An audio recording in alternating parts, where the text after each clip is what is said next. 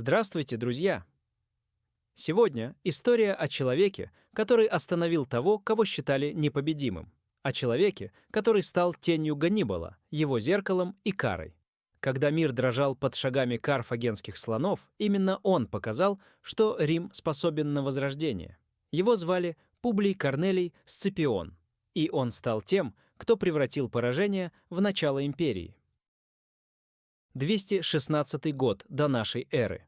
Поле под Каннами. Римское войско уничтожено. 60-тысячная армия смята, окружена и вырезана Ганнибалом. В городе отчаяние. Матери оплакивают сыновей, сенат готовится к обороне. Многие считают, что все кончено. Но в этом хаосе появляется юноша, 20 лет, с холодным взглядом и стальной волей. Он поклянется у алтаря, что отомстит Карфагену. Его отец, Публий Корнелий Сципион-старший, погиб в Испании. Молодой Сципион просит позволения возглавить остатки войск, и ему отказывают. Он идет к солдатам напрямую, и те выбирают его сами.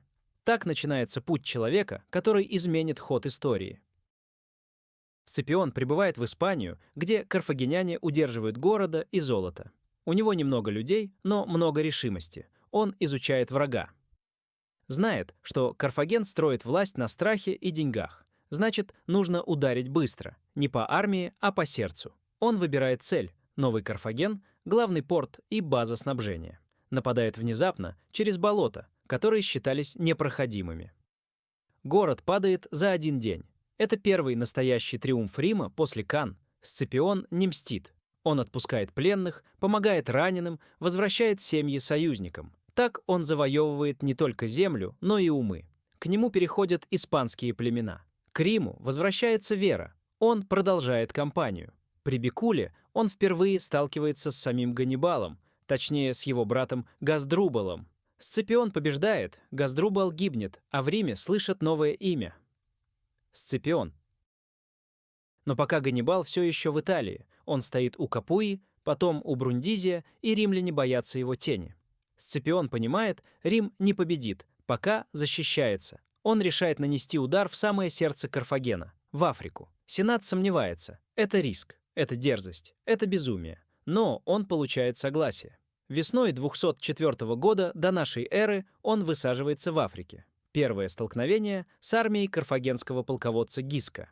Сципион предлагает переговоры, но ночью нападает на лагерь. Карфагеняне гибнут в огне. Это повторение Тулона, повторение Италии, но уже под римским знаменем. Карфаген в панике. Совет вызывает Ганнибала обратно из Италии. Он уходит не побежденным, а незавершенным. Ему 50 лет, он прошел Альпы, выиграл десятки сражений. Теперь судьба мира решится на африканской земле.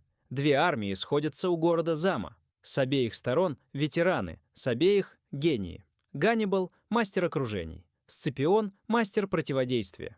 Карфаген выстраивает боевые слоны, римляне открывают коридоры. Слоны несутся вперед, но проходят мимо легионов. Ганнибал теряет строй. Сципион отвечает контратакой.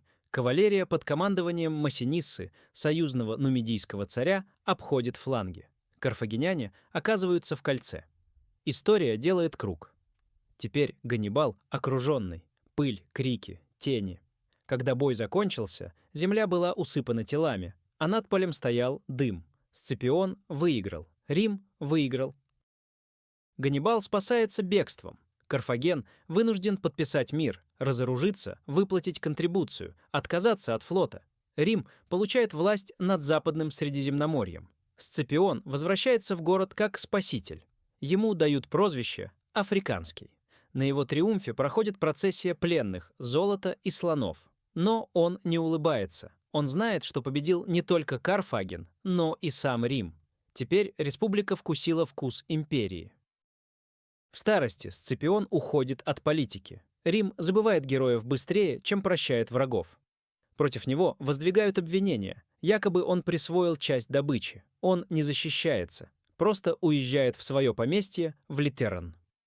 На его могиле, по легенде, была надпись: «Неблагодарная родина, ты не получишь даже моих костей». Но история не забывает. Он стал символом стойкости. Сципион показал, что поражение не конец, если есть воля к борьбе. Он не разрушал, он создавал, не мстил, а убеждал, не брал, а возвращал. И именно в этом Рим превзошел Карфаген. Ганнибал — огонь, который сжигает. Сципион — камень, который выдерживает. Один стал легендой поражения, другой — основой империи. После Замы Рим больше никогда не был прежним. От победы Сципиона начинается история римской державы, которая протянется на 1000 лет. Спасибо, что досмотрели до конца. Поставьте лайк, если вы хотите продолжения этой серии о величайших полководцах, и напишите в комментариях, кто был сильнее, Ганнибал или Сципион.